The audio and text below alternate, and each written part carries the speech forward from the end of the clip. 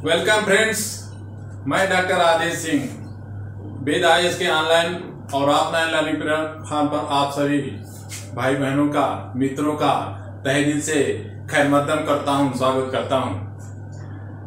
प्यारे मित्रों, मैं अपने वेद आईएएस के honourable chairman doctor Amit Vishwas ji को स्पेशल थैंक बोलना चाहता हूं कि how to do work better के इस टॉपिक पर हमें आपसे इंटरेक्ट होने का मौका दिया गया। सो फ्रेंड्स, आइए हम देखते हैं कुछ एक घटनाओं के माध्यम से हम आप मिलकर पर चर्चा करेंगे कि कैसे how to do work better. प्यारे मित्रों, मैं एक एग्जाम्पल लेना चाहता हूं। दुनिया के लिए वो किसी पहचान का मोहताज नहीं है इंसान। मानी बिल गेट्स के विषय में आप सभी जानते हैं। आज उनके एम्पायर को आप देख रहे होंगे, आप उनके चीजों को आप देख रहे होंगे, पूरी दुनिया के अंदर किस मुकाम पर वो पहुंचे हैं ये चीज आप देख रहे होंगे। लेकिन प्यारे मित्रों, ये जो सोच है, ये जो आप देख रहे हैं, उसके पूर्व की कहानी ठीक वैसा नहीं था। यानी 1980 के पहले ठीक वो कहानी वैसी नहीं थी। बिल गेट्स महोदय जी ने अपने जीवन में भी वो सब देखा था जो पूरी दुनिया का कोई आम इंसान जीवन में आगे बढ़ने के लिए कोशिश करता है, सोचता है। प्यारे मित्रों, माननीय उसी बिल गेट्स के विषय में मैं आपको एक घटना का जिक्र करना चाहता हूं। उन दिनों में जब 1979 की मैं बात करना चाहता हूं, जब माइक्रोसॉफ्ट का जो है शुरुआती दौर था, वो अपने नजदीकी हवाई अड्डे पे जहां पे रहते थे वहां से वो प्रस्थान किया करते थे। तो उस समय एक 14 साल का बच्चा पेपर बेचता था और पेपर बेचने के क्रम में उनके पास डेली आया करता था। जब वो प्रवेश करते थे, उसका काम ही था कि पेपर बेचना, और वो बच्चा आया करता था, इनके पास भी नेचुरल रूप से आया करता था। उस समय प्यारे मित्रों, माननीय बिल गेट्स ने खुद ये बातें बताई कि उनके पास छुट्टे पैसे नहीं हुआ करते थे और वो पेपर लेने के लिए इतने कम पैसे हुआ करते थे माननीय बिल गेट्स जी के पास। क्योंकि आप जानते हैं कि माइक्रोसॉफ्ट के डेवलपमेंट में स्टार्टिंग फेज में उन्होंने अपना सब कुछ, यानी अधिकांश वो चीजें जो उस समय के मतलब संसाधन थे वो लगा चुके थे। प्यारे मित्रों, तो वह जो बच्चा है पेपर उनकी तरफ इशारा करता था और वो पेपर लेने के लिए बिल गेट्स कहते थे, लेकिन जब वो जेब में हाथ में जो है डालते थे तो पैसे नहीं होते थे। तो वह बच्चा उनको पेपर ऐसे ही दे दिया करता था। कई वर्षों तक बिल गेट्स महोदय ने कहा कि ये कहानी 1983-84 तक लगातार चलती रही। जैसा कि आप जानते हैं 1985 की फरवरी आते ही माइक्रोसॉफ्ट जो बूम कर गई और उसका जो है वेल्थ काफी आगे की तरफ बढ़ता रहा। प्यारे मित्रों, ऐसे ही प्रक्रिया चलती रही और बिल गेट्स पायदान टू पायदान, स्टेप बाय स्टेप अपने जीवन के लिए, अपने देश के लिए, इस दुनिया के लिए एक एक कदम आगे बढ़ाते रहे। दुनिया को बिल गेट्स महोदय ने वो टेक्नोलॉजी हब दिया। दुनिया के अंदर बिल गेट्स महोदय ने, जैसा कि आप जानते हैं, 80% से अधिक सॉफ्टवेयर माननीय बिल गेट्स महोदय की चीजों का उपयोग किया जाता है। आज अफ्रीका के उन गरीब देशों में, आज एशिया के उन गरीब मुल्कों में जहां पे, या दक्षिणी अमेरिका के उन जगहों पर जहां पे ह्यूमन रिसोर्स डेवलपमेंट के लिए काम हो रहा है। जैसा कि आप जानते हैं, ये वो जगह है जहां पे क्या है, ह्यूमन रिसोर्स का डेवलपमेंट बहुत धीमी गति से। मैं उन बातों पे जिक्र कर रहा हूं कि माननीय बिल गेट्स महोदय का जो संघर्ष था, वह संघर्ष हमको आपको लग सकता था, हम आप जानते हैं, उनकी चमक को देखते हैं, उनकी दमक को देखते हैं, आज उनके वेल्थ को देखते हैं, तो हमें लगता था कि इन्होंने भी कभी हो सकता है इस तरीके का संघर्ष ना किया हो। प्यारे मित्रों, ऐसा क्रम करते करते 1998 आ गया और बिल गेट्स महोदय दुनिया के एक मशहूर अरबपतियों में गिने जाने लगे। प्यारे मित्रों, बिल गेट्स महोदय ने ये चीजें जो उस बच्चे के साथ वो पैसा नहीं पे कर पाते थे, वो एक कर्ज महसूस करते थे कि उस बच्चे को खोज करके क्यों ना हम उस बच्चे के लिए कुछ बेहतर करें, बेहतर सोचें। तो ऐसा ही कुछ किया बिल गेट्स महोदय ने। 1998 की बात है, उस बच्चे को अपने टेक्नोलॉजी प्लेटफॉर्म के माध्यम से खोज निकाला। और प्यारे मित्रों, बिल गेट्स महोदय उस बच्चे से खुद मिले और मिलकर के एक ऐसा अमाउंट उसको देने के लिए रेडी हुए खुद से रेडी हुए, जिस अमाउंट से उस बच्चे की आगे की लाइफ बहुत बेहतरीन हो सकती थी। लेकिन जब वो देना चाहे तो वह बच्चा बड़ा हो चुका था। वह बच्चा जो 12-13 साल का था, वह बच्चा आज काफी बड़ा हो गया था, लगभग 32 साल उसकी उम्र हो चुकी थी। वह बच्चा एक भी पैसा लेने से माननीय बिल गेट्स से इनकार कर दिया। माननीय बिल गेट्स महोदय ने कहा कि आज यह बच्चा मुझसे भी धनी है, आज यह बच्चा मुझसे भी धनी है। आज इसके धन दौलत के आगे मेरी ये जो एम्पायर है वह कुछ भी नहीं। वे भाई बहन जो विकास करना चाहते हैं, जो सोचते हैं अपने जीवन को संवारे कैसे, how to do work better, ये टॉपिक मैं उन्हीं को संबोधित कर रहा हूं, या उन्हीं के लिए। आप छोटे टाउन में हो सकते हैं, कस्बों में हो सकते हैं, उत्तर प्रदेश या अन्य राज्यों में, भारत के किन्हीं जगहों पे हो सकते हैं। आप एक सोचते होंगे, एक सपना देखते होंगे कि हम कुछ बेहतर करें, अपने जीवन को संवारने के लिए प्रयास करें, हम कुछ ऐसा करें जो समाज के लिए क्या है, सकारात्मक हो, बेहतर हो। लेकिन आप क्या पाते हैं, अपने तरफ एक चारों तरफ क्या है, एक मानसिक रूप से छिपा हुआ घेरा पाते हैं। तमाम आप भाई बहन यही चाहते हैं कि अब मुझसे नहीं हो पाएगा। तमाम ऐसे भाई बहन IITs के विषय में, IAS PCS के विषय में, या विभिन्न प्रकार के जैसे नीट है, अन्य प्रतियोगी परीक्षाओं के लिए जो गरिमामय है, बेहतर करने का प्रयास करते हैं। परंतु जैसा कि आप जान पा रहे हैं, अभी तमाम कोटा के अंदर जब रिजल्ट आते हैं, नीट के जब रिजल्ट आते हैं, तब हमारे तमाम ऐसे भाई बहन कुछ ऐसे कदम उठा लेते हैं जो क्या है, उनके परिवार के लिए नुकसानदायक होता है, समाज के लिए नुकसानदायक होता है।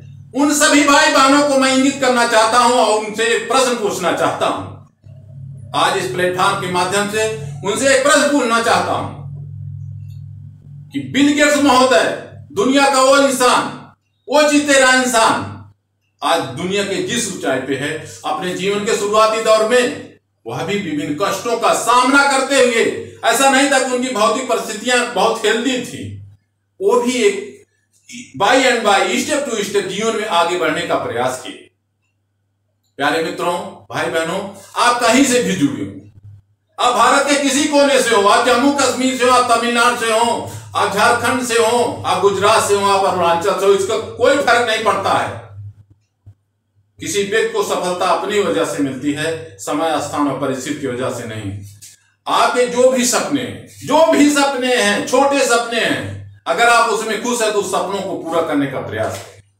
अपने सपनों को बुझने मत दीजिए, अपने सपनों को कमजोर ना करने दीजिए। कभी भी जीवन में हार ना मानिए। लोग जीवन में हार से नहीं हारते, हार के डर से हार जाते हैं। मैं आप सभी प्यारे भाई बहनों, मित्रों से कहना चाहता हूं कि जीवन में हार आती जाती रहती है, जीवन में हार आती जाती रहती है, हारना नहीं चाहिए। जीवन में कभी भी देखिए ऐसे पल आते हैं, समाज द्वारा, परिवार द्वारा और जो सोशल स्ट्रक्चर है उसके द्वारा विभिन्न प्रकार के आपके सम्मुख दबाव भी हो सकते हैं। लेकिन अगर आपको जीवन में बेहतर करना है, समाज के लिए, देश के लिए बेहतर करना है, तो इसके लिए आपको उठ खड़ा होना होगा। आप खुद से प्रश्न पूछिए। कभी आपको ये लगता है कि मैं ये नहीं कर पाऊंगा, मैं वो नहीं कर पाऊंगा, आप भी एक मानव हैं। अरे बिल गेट्स जी तो भी एक मानव थे, जो बेन साहब भी एक मानव, गांधी जी तो एक मानव थे।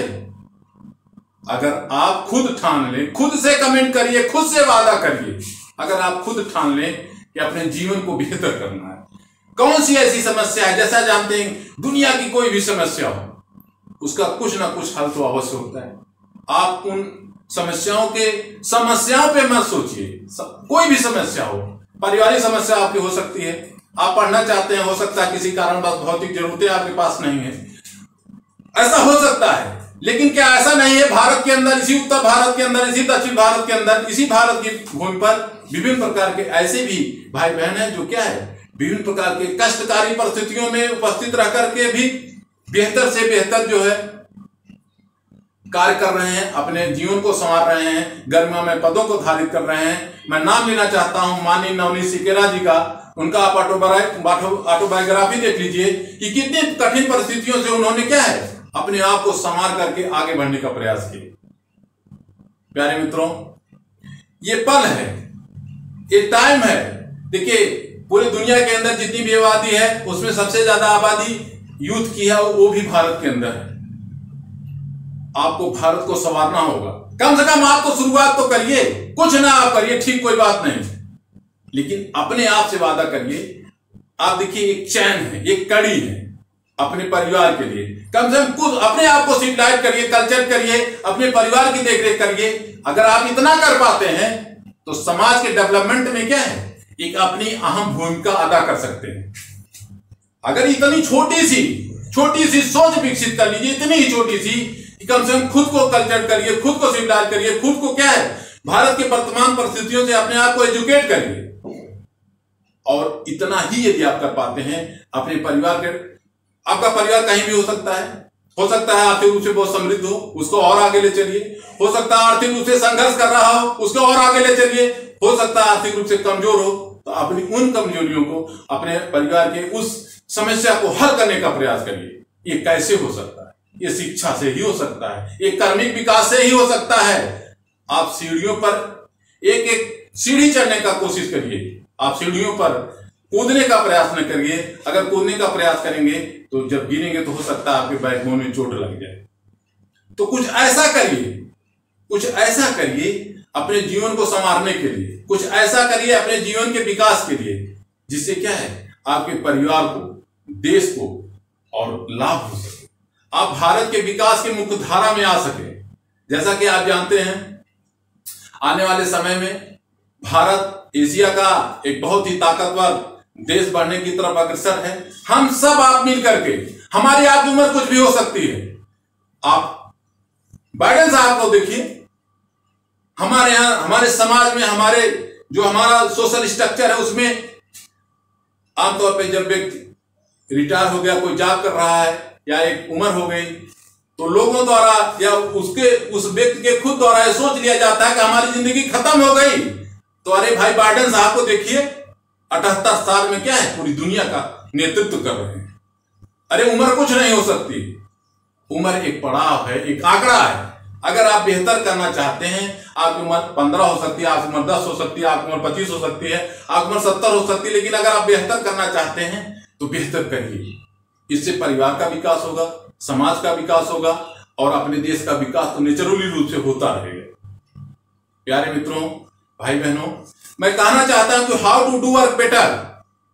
अगर आपके पास कोई समस्या है तो उसकी समस्याओं के उन बारीकियों को सोचिए कि कैसे उस समस्या को आप निपट सकते हैं। समस्याओं से लड़िए, हारिए नहीं। उन भाई बहनों को जो नीट की परीक्षा देते हैं, उन भाई बहनों को जो IAS की परीक्षा देते हैं, उन भाई बहनों को जो IIT की परीक्षा देते हैं,